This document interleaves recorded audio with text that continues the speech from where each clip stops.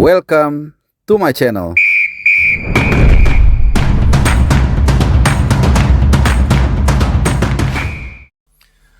Halo, selamat datang di channel Bung Harpa. Salam sehat dan juga selamat hari Sabtu. Kita kali ini akan membahas satu pemain yang sedang ramai dibincangkan. Mungkin sebagian dari kalian belum dengar, mungkin juga sudah.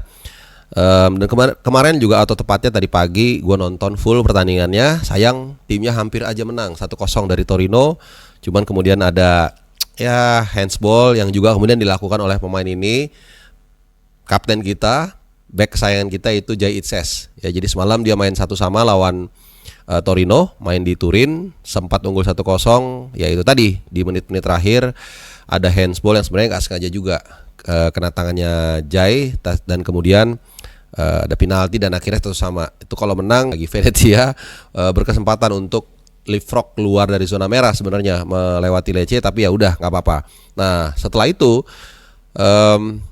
ada berita yang cukup menarik lah. Mungkin kalau mungkin sebagian orang menganggap ini cukup bagus, soal kemungkinan Bang Jay akan berpindah klub musim depan. Ya, ini pemain yang mungkin paling highly rated ya di timnas kita saat ini, dan sudah berulang kali kita membahas juga soal kemungkinan mitigasinya kalau Venezia degradasi. Ya, kita semua rata-rata berpikiran kayaknya sih dia layak ya untuk bertahan di Serie A, mungkin diambil oleh tim papan tengah seperti Fiorentina atau mungkin Genoa dan lain-lain. Dan ternyata ada rumor, ini rumor sekali lagi, tapi yang mengeluarkan rumor pun bukan kaleng-kaleng, AC Milannya langsung, klubnya langsung melalui platform TikTok. Ya, jadi di situ ada karikatur seorang pemain.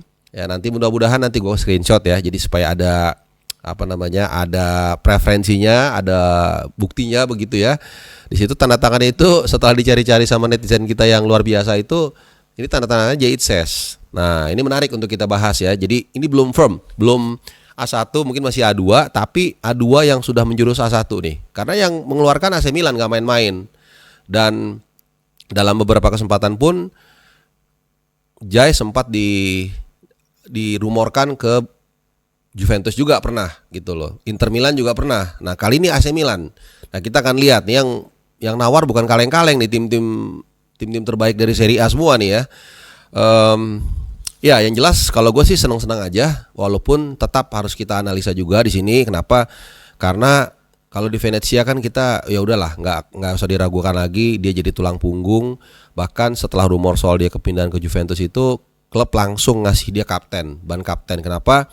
Ya sebagai reward buat dia untuk ya paling tidak jangan pindah musim dingin kemarin. Karena Venezia kan dalam proses mengejar untuk menghindari degradasi gitu loh. Jadi bahaya, dan itu membuat dia ya mungkin salah satu alasan juga untuk bertahan. Cuman kan sampai kapan?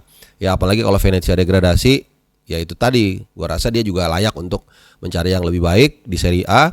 Dan kita akan bahas soal kemungkinan seperti apa kecocokannya atau ke fit in dia di AC Milan. Ya karena ada beberapa argumen, nanti kita bisa diskusi secara menarik ya di kolom komentar, kemungkinan dia main atau seperti apa gitu. Karena banyak yang mengkhawatirkan dia juga akan menjadi cadangan kalau dia pindah ke klub besar seperti AC Milan.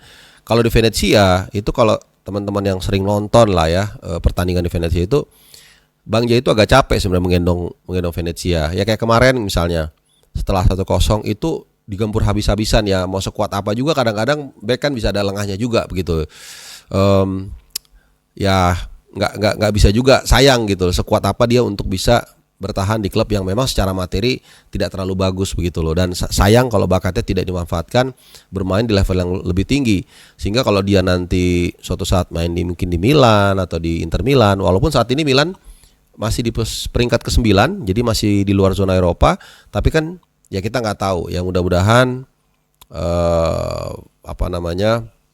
Milan bisa menang Coppa Italia ya kan, karena di final kan, masuk final menghadapi Bolonya, sehingga nanti dia dapat tiket untuk bermain di Eropa. Sehingga bayangkan pemain-pemain kita, terutama saat ini Bang Jay yang punya pengalaman main di Serie A, ya udah ketemu dengan Dusan Vlahovic, ketemu dengan Lukaku, ketemu dengan siapa lagi ya, striker Serie A lah yang ganas, kemudian main lagi di Eropa, ya ini kan luar biasa gitu. Nah cuman pertanyaan yang banyak diapungkan atau di apa ya, di deliver oleh teman-teman ini adalah apakah dia akan jadi pemain inti di AC Milan. Nah, ini yang akan kita bahas kali ini. Nah, jadi kalau kita lihat sedikit di Milan ini sebenarnya yang udah gak kegeser itu back sayapnya. Di kiri itu Theo Hernandez sudahlah. Ya forget it kalau mau geser dia, unless you are better than him. Dan posisinya pun nggak sama, nggak head to head. Kalau Jai kan, Bang Jai itu CB lah, walaupun mainly dia CB tengah, tapi CB kiri bisa, CB kanan. Intinya CB lah. Dia hampir nggak ada posisi lain yang pernah diperankan dia secara benar-benar reguler selain CB. Di kanan ada Alex Jimenez. Ya ini juga lumayan rutin juga. Ini dua pemain di lini belakang, Theo Hernandez dan Alex Jimenez yang paling banyak minute play-nya atau ya jam mainnya lah atau caps-nya bersama Milan musim ini. Jadi ini juga sulit tergantikan dan again posisinya itu tidak head to head, tidak apple to apple, sorry. Nah sekarang kita lihat nih back tengah Milan. Kalau gue lihat musim ini beberapa kali kayak pertandingan terakhir lawan Venezia deh, dia pakai 3 back. Nah sebelumnya waktu lawan Inter Milan di derby Milan lawan waktu Coppa itu dia pakai 4 back gitu. Jadi ada lowongan 2 atau 3 back. Nah, dari 2 atau 3 back yang sering dipakai oleh Milan ini sebenarnya nggak ada yang terlalu, menurut gua ya, nggak ada yang terlalu firm banget. Ya kalau kita lihat ada Gabi ya. Kemudian juga ada Pavlovic dan juga Tomori. Nah, 3 inilah sebenarnya katakanlah yang harus diatasi oleh Bang Jai kalau dia mau dapat tempat di AC Milan. Nah dari 3 ini memang agak mirip-mirip nih posisinya. Jadi nggak ada yang so-firm tadi seperti Theo Hernandez maupun juga Alex Jimenez. Nah cuman kalau menurut gua ya gua kan bisa salah. Dari 3 itu yang agak-agak paling lemah kayaknya antara Pavlovic dan Tomori. Tapi sekali lagi gua bisa salah. Ini kalau kita lihat dari minute play-nya, Ya, tapi kita nggak tahu. Nah cuman apakah kemudian juga nanti Jai Itses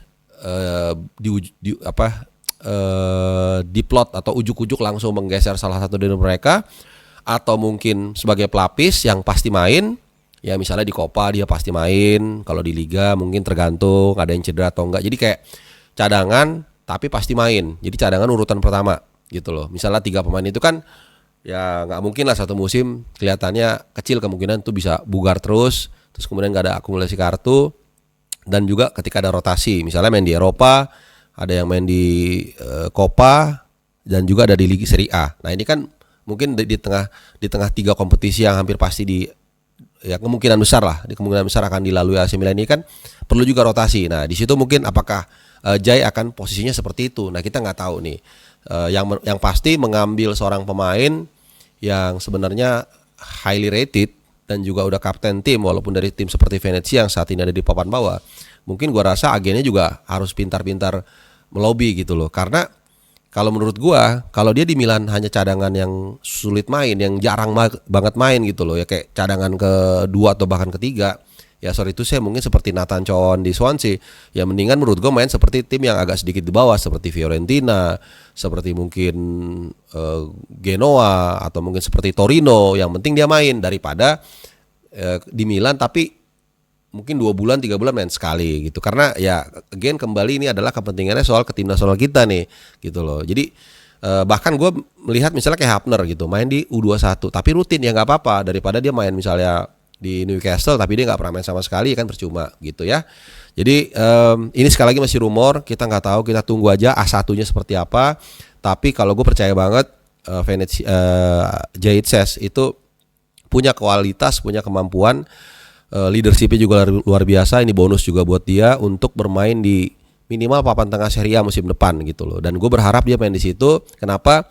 Karena sebagai pemain belakang ya main di Milan ini adalah memang kolamnya tempatnya kompetisi yang melahirkan pemain-pemain belakang yang hebat sejak zaman dulu, sejak zaman Giuseppe Bergomi, sejak era Grendel dulu segala macam di sini lahir. Ibaratnya kalau lu seorang pemain depan mungkin lahirnya di Brazil, bagus gitu loh. Kalau pemain bertahan kalau gelandang mungkin di Portugal ya, Rui Costa, Luis Figo, bahkan Bruno Fernandes. Tapi kalau pemain belakang ya memang kawat dari mukanya itu Itali. Jadi seperti itu teman-teman, kira-kira gue melemparkan satu isu yang tapi ya sumbernya juga dapat dipercaya dari AC Milan langsung. Dan Ya, gue berharap kita semua bisa berdiskusi. Tinggalkan kolom komentar pendapat kalian, mau setuju mau enggak atau apa.